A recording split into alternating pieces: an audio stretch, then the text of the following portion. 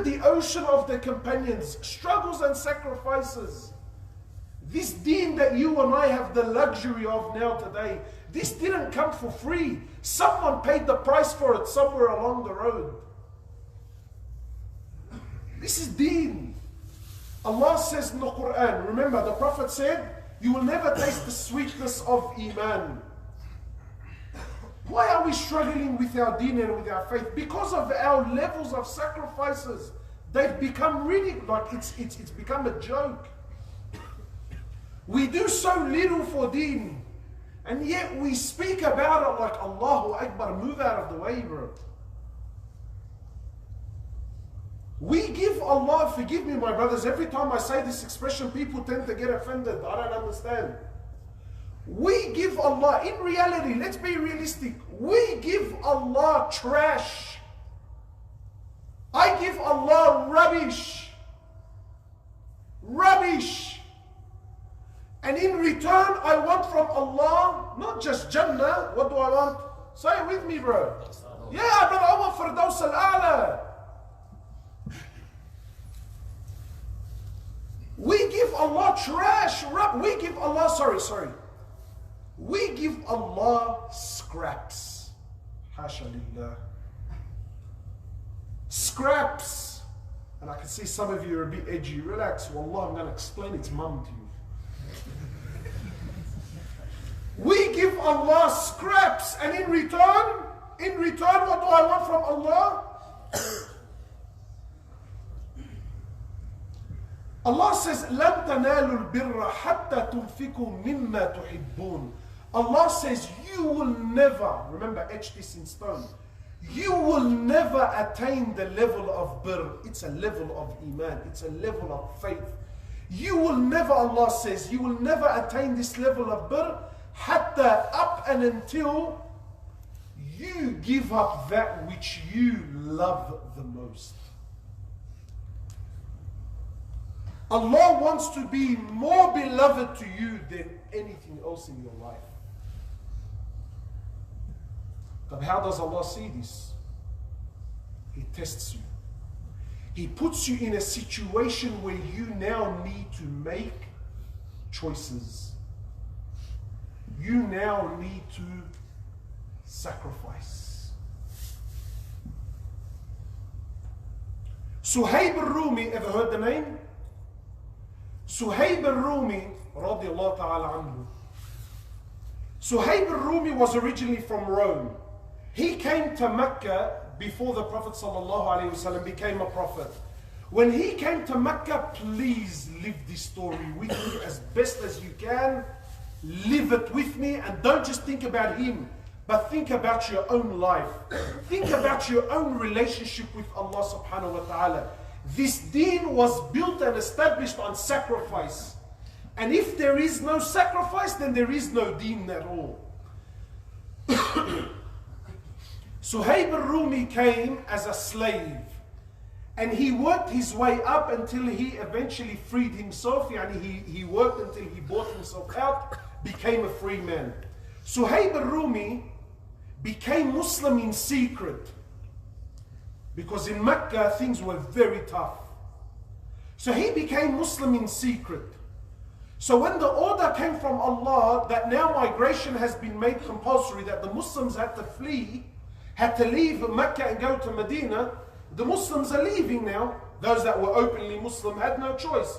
But now Suhayb al-Rumi, who his Islam was secret, now he had a dilemma. But I'm from Mecca and I'm from one of the wealthy ones, and now Rasulullah and the companions have left. And I'm one of the, he was, maybe at the time, he was the only one that's left in Mecca. Now what to do?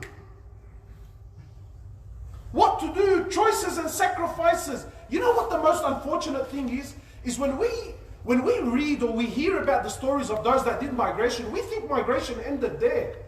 Uqsim billah, I swear by Allah, any person that wants to reach Allah and His Prophet, be it the 21st century or the 30th century, Habibi, the tartib and the sunnah of Allah never changes.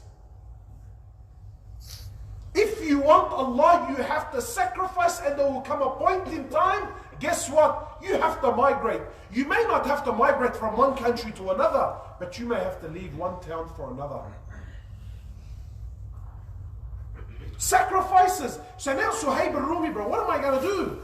He gathered all of his wealth, buried his wealth by himself, prepared himself at night, mounted on his horse, and in secret, he's fleeing and he's going to Medina.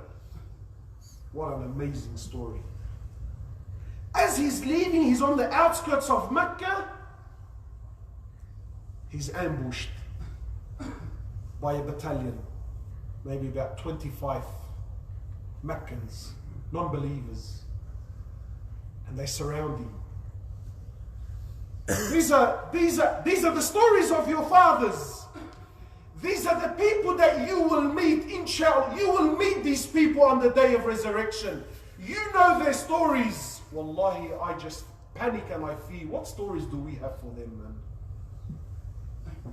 So now Suhayb al-Rumi, he's ambushed. It's dark, he's alone, and he's fleeing to Rasulullah sallallahu alayhi wasallam, and now he's surrounded by a battalion of the people of Mecca, and they surrounded him. And now listen to the conversation.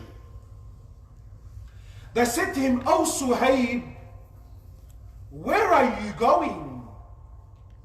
What, you think that they didn't know? They knew exactly what was happening. So they said to him, "Oh Suhayb, where are you going?" Khalas, now Suhayb realizes, look, I'm caught red-handed, what do I do? So Suhayb says, "I'm going to Rasulullah sallallahu alayhi wasallam." Khalas, the cat's out of the bag now. So now they say to him what? They said, "Oh Suhayb, do you think we're going to let you leave Mecca and go to Mohammed just like that? Didn't you," now they're reminding him like many people remind you. "Suhayb, didn't you come to us a slave?" He said, "Yes." "Didn't we allow you, O Suhayb, to live amongst us and work until eventually you freed yourself?" He said, "Yes." "Suhayb, didn't we allow you to trade in our market and buy and sell until you became one of the wealthiest amongst us, Suhayb?" He said, "Yeah, you did." They said, "Suhayb, do you think we're going to let you go and take our money with you?" So Suhayb says to them what? Look at their fathers. Suhayb says to them, he says, "Look, I'll give you guys an ultimatum." Imagine one man is speaking to a battalion, telling them, "Look, I'm going to give you an ultimatum." He said, "One is, I tell you where I've buried all of my wealth." How much? How much? Oh. Yeah. Today you give $1,000 at a fundraising dinner. Yeah. You don't know who you want to mention the story to. You don't know who you want to mention the story to. And you never forget it either. Habibi, I used to hear, brother, my father put money in that place. Wow. We pass on our stories from father to son. So Suhayb says to them, "Look, I'll tell you where all my money is buried. Take it and let me go." They said to him, "And what's the other option?" He said, "The other option is this." He says, "I have a bag of arrows on my back." And Suhayb was a very good archer. He said, "I swear by Allah, I will shoot arrow after arrow and you will fall man after man until there's no arrows left. Then I will withdraw my sword and I will swing it till either I kill you all or you kill me." Khalas. So if you want to dance, let's dance, Habibi. I got my dancing shoes on. Take all my wealth. Well, let's do this. So they said, "No, Suhayb. Go, Habibi, tell us where the money is." He tells them this happened alone. and then he migrates to Rasulullah sallallahu alayhi wasallam. When he gets to Medina, the Prophet sallallahu alayhi wasallam runs out to greet him and says to him, Rabih al-bay' Aba Yahya, Rabih al-bay' Aba Yahya. What a successful transaction, Abu Yahya, that was his kunya. What a successful transaction you made with Allah. Suhayb al-Rumi is thinking, what transaction? This happened in Makkah, I was alone. How did you know about it?